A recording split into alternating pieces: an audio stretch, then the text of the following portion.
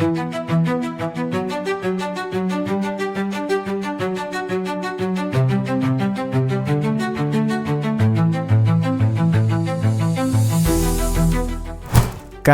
mengejutkan datang dari dunia voli Indonesia.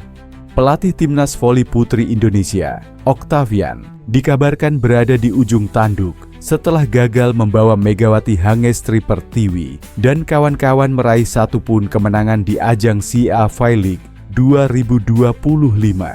3 kekalahan beruntun yang dialami Timnas membuat situasi di tubuh PBVSI semakin memanas. Ketua Umum PBVSI, Imam Sudjarwo, bahkan disebut sudah tidak lagi menutup kemungkinan untuk melakukan langkah drastis, mencoret Octavian dari kursi kepelatihan dan mendatangkan pelatih kelas dunia, Zoran Terzic, yang dikenal sebagai salah satu pelatih terbaik di kancah internasional. Yuk, simak terus video ini sampai selesai.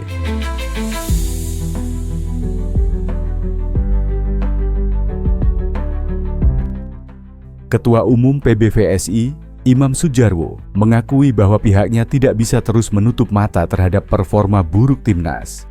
Kami menghormati dedikasi Coach Octavian, tetapi 3 kekalahan beruntun tanpa tanda-tanda perbaikan jelas menjadi masalah serius. Kami tidak bisa terus begini. Jika harus ada perubahan di kursi pelatih, itu akan kami lakukan, ujar Imam tegas. Langkah ini bukan hanya untuk mengatasi krisis di SEA V-League, tetapi juga bagian dari rencana jangka panjang PBVSI untuk membawa Timnas ke level yang lebih tinggi di ajang Asian Games 2026 dan kejuaraan Asia mendatang. Nama Zoran Terzic muncul sebagai kandidat terkuat pengganti Octavian.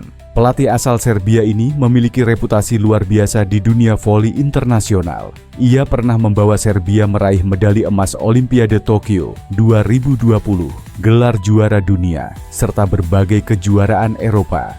Seorang sumber internal PBVSI mengungkapkan bahwa negosiasi awal dengan Terzic telah dilakukan.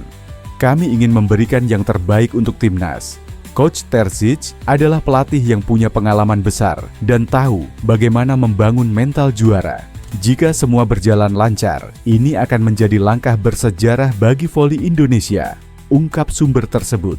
Jika Terzic resmi bergabung, ia diharapkan mampu memaksimalkan potensi para pemain seperti Megawati Hangestri Pertiwi, Mediol Yoku, Marcella Mariana, hingga para pemain muda berbakat lainnya. Sejak kekalahan pertama di SEA V-League 2025, kritik terhadap Octavian semakin deras.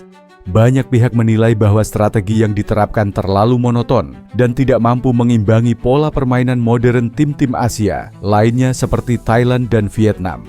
Pengamat voli nasional, Laudri Maspaitela, menyatakan bahwa masalah Timnas bukan pada kualitas pemain, melainkan pada pendekatan taktik yang kurang berkembang. Megawati adalah pemain kelas dunia, tapi tanpa skema yang tepat, potensinya tidak akan maksimal. Octavian terlalu bergantung pada 1-2 pemain saja, padahal voli adalah permainan tim, kata Laudri.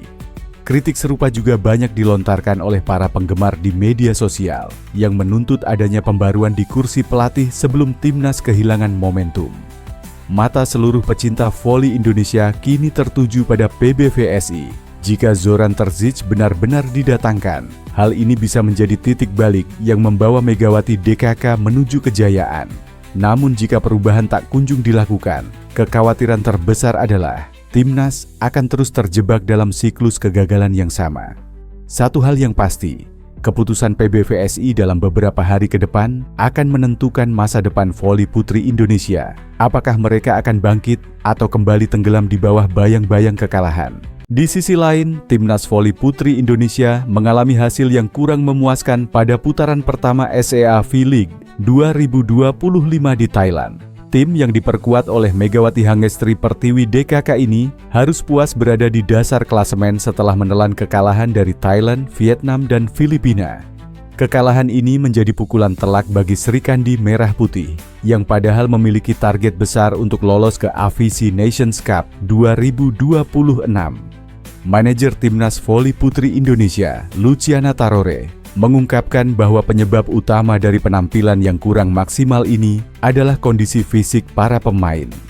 Menurut Luciana, sejumlah pemain inti yang baru saja menjalani turnamen kualifikasi AFC Nations Cup 2026 belum sepenuhnya pulih dari cedera.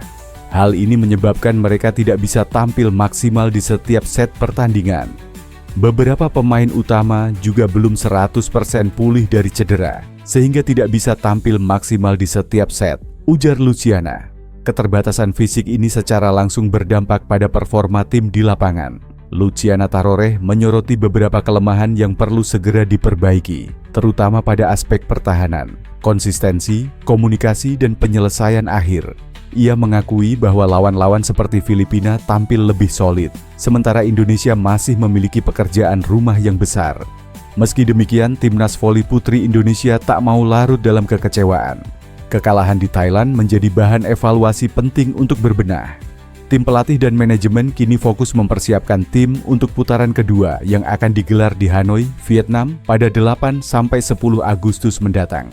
Kekalahan hari ini akan jadi evaluasi penting. Fokus kami sekarang adalah bangkit dan tampil lebih baik di Vietnam, tambah Luciana. Dengan semangat yang membara, Luciana menyatakan bahwa timnya tetap optimistis. Ia berharap dukungan penuh dari masyarakat dapat menjadi motivasi tambahan bagi para pemain untuk bangkit dan memberikan performa terbaiknya di putaran kedua. Timnas voli putri Indonesia akan kembali berhadapan dengan lawan-lawan yang sama, yaitu Thailand, Vietnam, dan Filipina. Mereka bertekad untuk membalikkan keadaan dan meraih hasil yang lebih baik demi mencapai target yang telah ditetapkan. Di Swiss yang berbeda, Megawati Hangestri dikabarkan resmi bergabung dengan klub dari Liga Voli Turki, Manisa BBSK. Manisa BBSK mengumumkan secara resmi melalui akun Instagramnya. Pihaknya menyambut baik kedatangan Megawati Hangestri pada musim depan.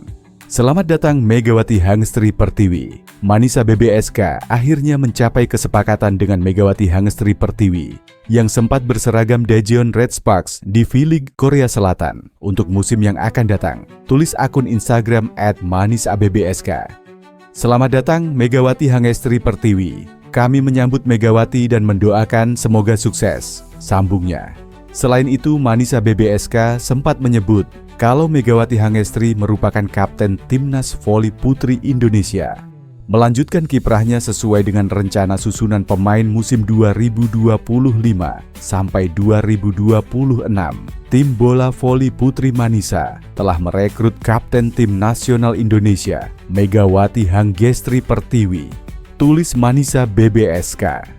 Dikenal karena pukulannya yang kuat, semangat juang, dan kepemimpinannya di lapangan. Pertiwi telah bermain di liga-liga seperti Indonesia, Thailand, Vietnam, dan Korea Selatan sepanjang karirnya.